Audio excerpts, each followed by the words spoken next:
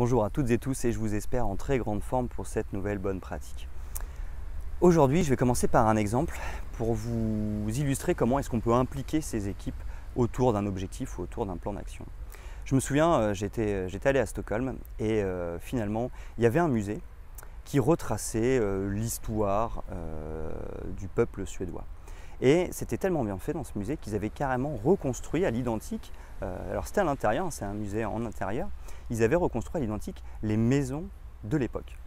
Et ce qui était génial, alors je m'inspire beaucoup des enfants parce que je trouve que c'est inspirant en termes de management. Alors encore une fois, je mets une parenthèse, bien évidemment, dans le management, on est dans des relations d'adultes autonomes et responsables à adultes autonomes et responsables, mais il n'empêche que la pédagogie qu'on peut avoir avec les enfants peut tout aussi être valable pour les adultes dans certains cas.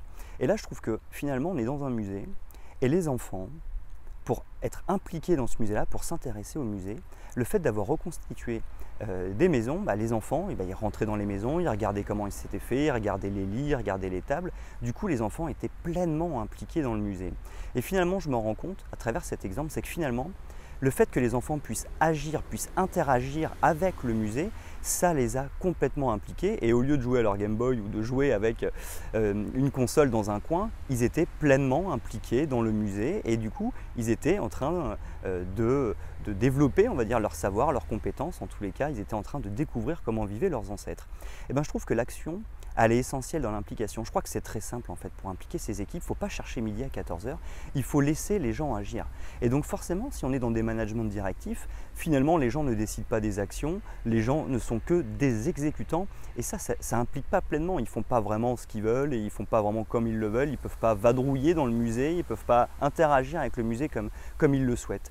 Et à un moment donné, laisser agir ces équipes, laisser décider ces équipes, c'est extrêmement, j'ai envie de dire, impliquant. C'est ce qui va faire en sorte que les équipes vont vraiment être mobilisées sur les objectifs. Donc hier, je faisais une vidéo sur justement comment est-ce qu'on mobilise ces équipes autour d'un objectif, c'est-à-dire en les rendant acteurs en fait des décisions, les rendant acteurs des plans d'action à mettre en œuvre. Et c'est ça qui va simplement impliquer les équipes. Si on sait que de toute façon on ne peut pas interagir avec l'objectif ou avec le plan d'action, si à un moment donné on ne peut pas décider, c'est évident qu'on ne sera pas impliqué. Donc c'est extrêmement simple en fait d'impliquer ces équipes, c'est laissons-les agir, laissons-les interagir avec les objectifs, avec les plans d'action et mécaniquement ils seront impliqués dans la réalisation des plans d'action et dans l'atteinte des objectifs.